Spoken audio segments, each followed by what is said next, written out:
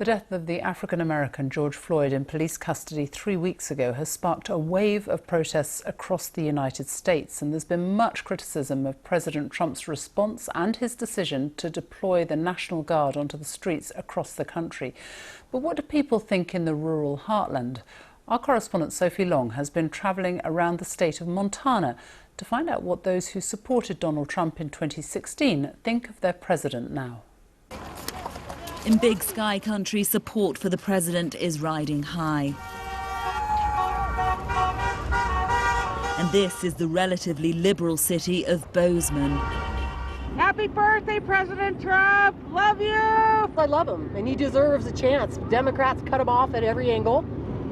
Women for Trump, it's important, and this is the election that will make the difference. Not everyone is happy to see this celebration. I think that he doesn't care about the American people as a whole, people of color, women. It's a little sad to see the things that he supports and know there's this many people here that support the same thing.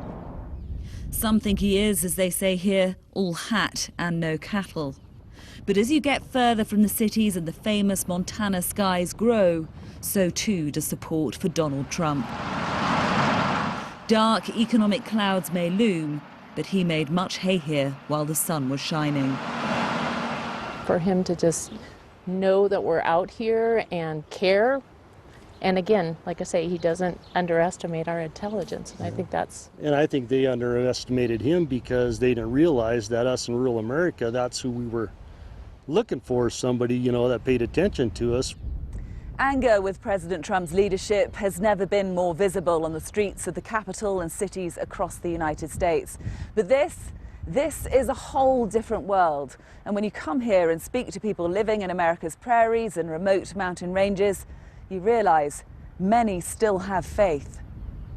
Even in the industrial heartland of Colstrip, a city which grew around the now partially closed power station and the coal mine that feeds it, where the coal workers' jobs Donald Trump vowed to fight for will almost certainly be lost, support for the president remains strong. What do you think about the way that President Trump has handled the protests? Personally, I believe he could be a little more aggressive. I don't believe that any place in this country that people should be able to throw rocks and Molotov cocktails. I hope we can keep him. But boy, they are working hard at getting rid of him.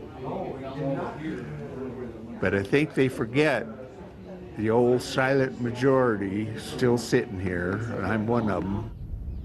The president and his rival in November's election have yet to go head-to-head. Happy birthday, President Trump! But his supporters here say Donald Trump offers them what no Democrat does, the hope of being heard. Liberty! Sophie Long, BBC News, Montana.